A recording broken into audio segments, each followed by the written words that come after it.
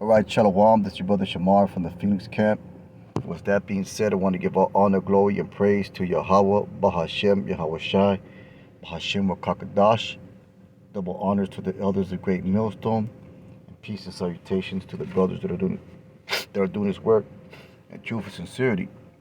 And we're going to jump right into the lesson. This is Proverbs 11:17. That says, "The merciful man doeth good to his own soul, but he that is cruel troubles his own flesh." So the merciful man, the man that shows mercy in things, the man that's long suffering and patient, the man that rules his spirit, he does good to his own soul because you're doing things that are beneficial to your own self, man. And that's what you should be seeking for. You should be seeking to do things that are beneficial to your spirit, beneficial to you as a person. And that includes a lot of things, man. That includes your interaction with others, your attitude towards problems, and things that come up against you. Uh, your dealings with brothers. Ultimately, whatever you put out, that's what you're gonna get back.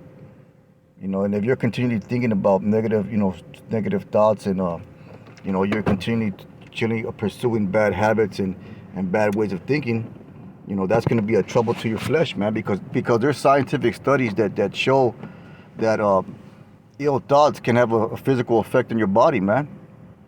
Stress, mental stress can make you sick. Stress can make you sick, man. So things like that you gotta be careful of. Now, is it hard to do that in this captivity? Yeah, it is. But we are men that rise above things, man. We are men that have the proper perspective of how the world works in our interaction with it. That's why Yahweh Shai said, to be wise as serpents and harmless as doves. To be wise as a serpent is to know, the how, whys, and whens, and wheres of every dealing and situation that comes in your life. To be harmless as a dove is, to react accordingly, man. To react with wisdom. To react, in your own best interest.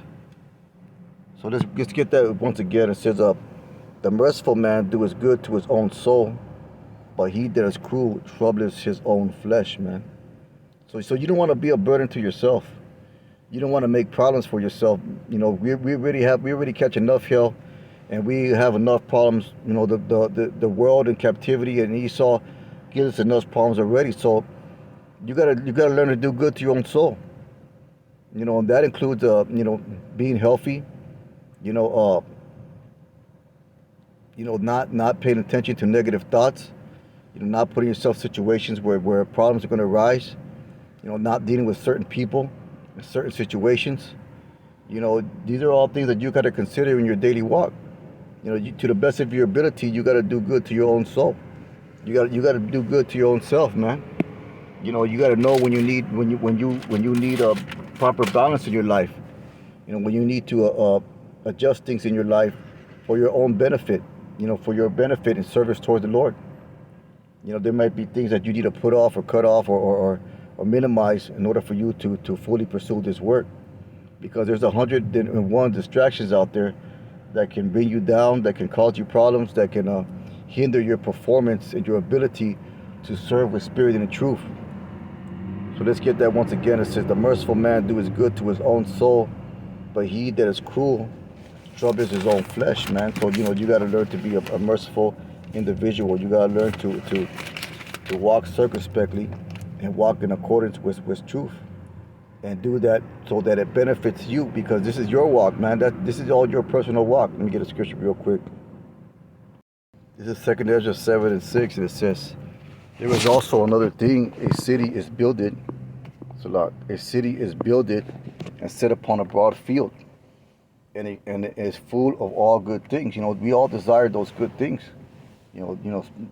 Specifically, the kingdom. It says the entrance thereof is narrow, and is set in a dangerous place to fall. That's describing our walk and our pathway into this world.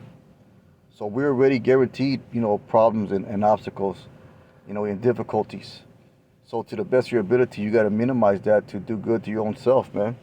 It says the entrance thereof is narrow, and is set in a dangerous place to fall, like as if there were a fire on the right hand, and on the left a deep water. So that's That's speaking about the straight gate, man, the path of difficulty. And only one path between them both, even between the fire and the water, so small that so small that there could but one man go there at once. So basically, it's a personal walk, man.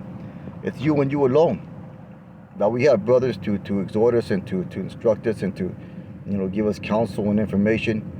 But at the end of the day, man, you're walking your walk, and you got to do that to the best of your ability, and you got to do that where the situation that you're in benefits you. Always look for the situation to benefit you.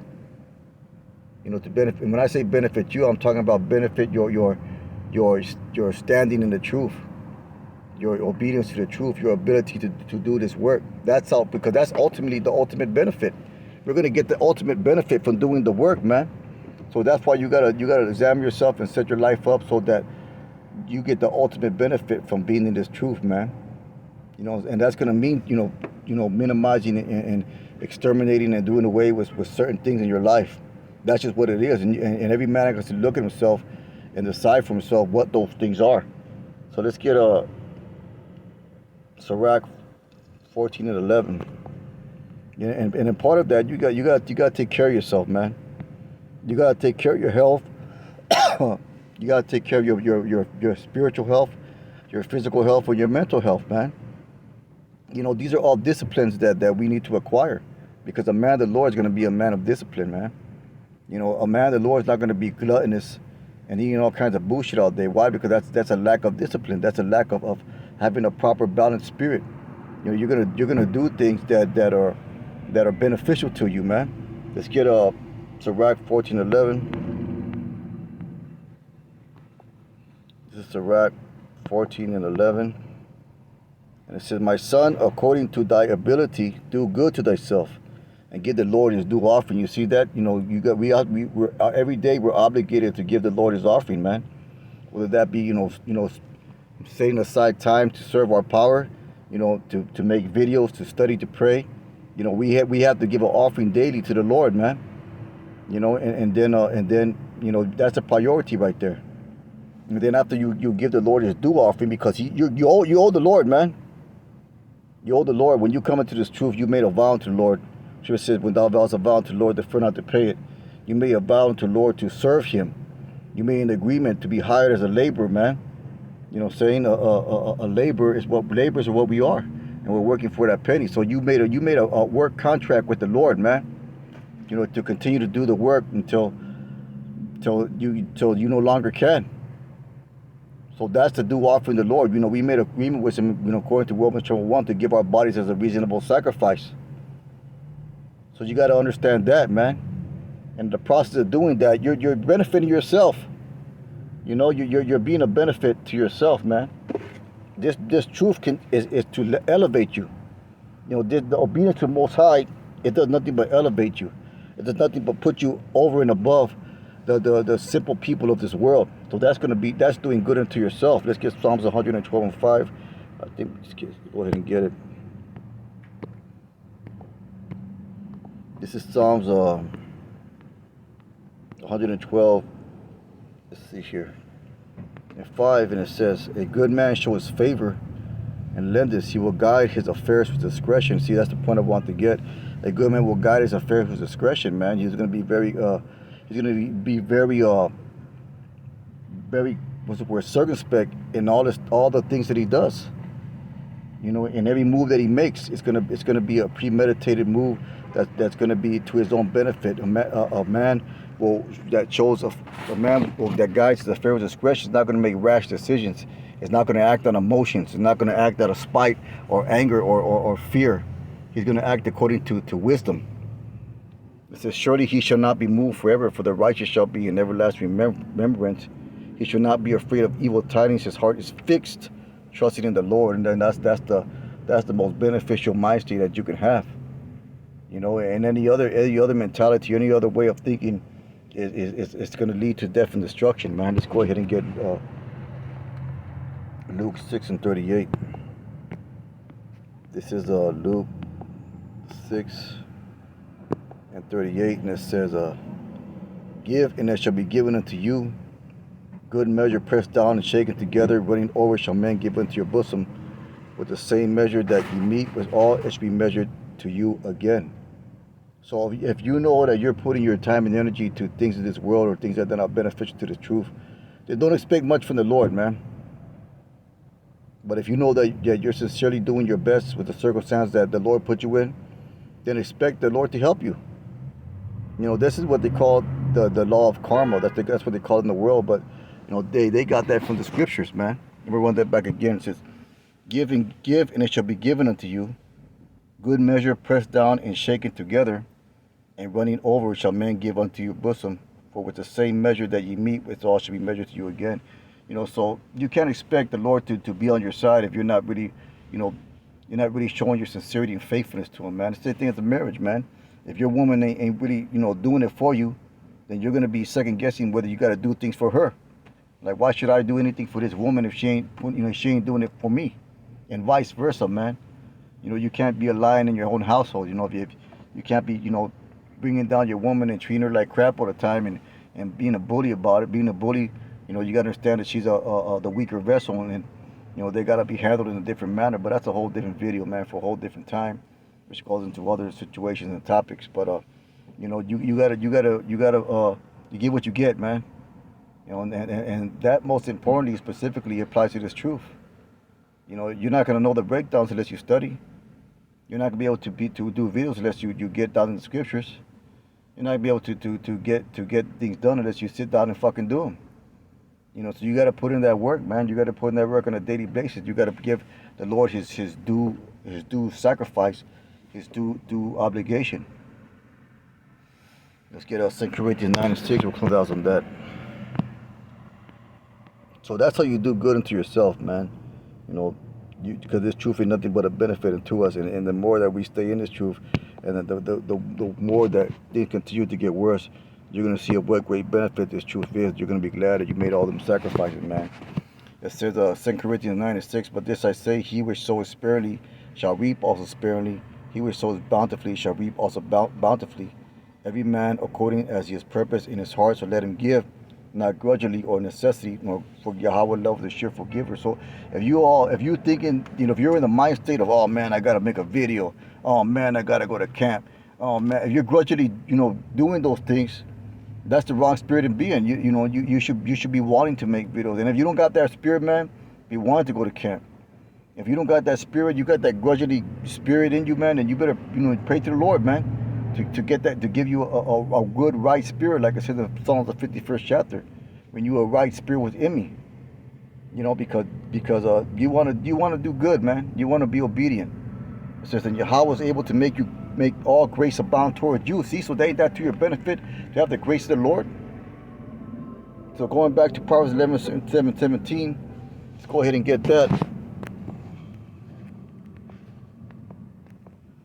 It says, the merciful man doeth good to his own soul, but he that is cruel troubles his own flesh. So that's exactly what it is, man. Let's go back to 2 Corinthians 6:8. It says, Salah 9:6, Salah, yeah. It says, I'll just write verse 6 again. It says, but this I say, he which sows sparingly shall reap also sparingly. He which sows bountifully shall reap also bountifully. Every man according to his purpose in his heart, so let him give, not grudgingly or necessity, for Yahweh loveth a cheerful giver. So you get, so one of the words for cheerful is willingly. You know, the scripture in the Apocrypha says, whatever brought upon you, take cheerfully. And that word cheerfully, if you look at it, means willingly. So when it says, for Yahweh loveth a cheerful giver, he loves a willing giver. You got to be willing to do this thing, willing to give your time, willing to you know, help out the brotherhood, willing to be a good brother. You got to have a willingness to do it, man. Not a grudging spirit to do it. And Yahweh is able, and this is the benefit of it, man. This is the goodness to your soul. And Yahweh is able to make all grace abound toward you, that ye always having all sufficiency in all things may abound to every good work. He's gonna take care of you. You're gonna have sufficiency in all things, man. Let's get that word sufficiency. This is sufficiency. It says the condition or quality to be adequate or sufficient, an adequate amount of something, especially something essential. So all your essentials are going to be met. You know, all that grace will be coming to you. You know, if you willingly do this work and willingly prioritize this truth in your life, man. So do good unto yourself. So with that being said, it's a real quick lesson. Most I will and hope was edifying. Was said I want to give all honor, glory, and praise to Yahweh Bashem Yahushai. Call halal Yahweh Bashem Yahushai. Let's keep on pushing. Shalom.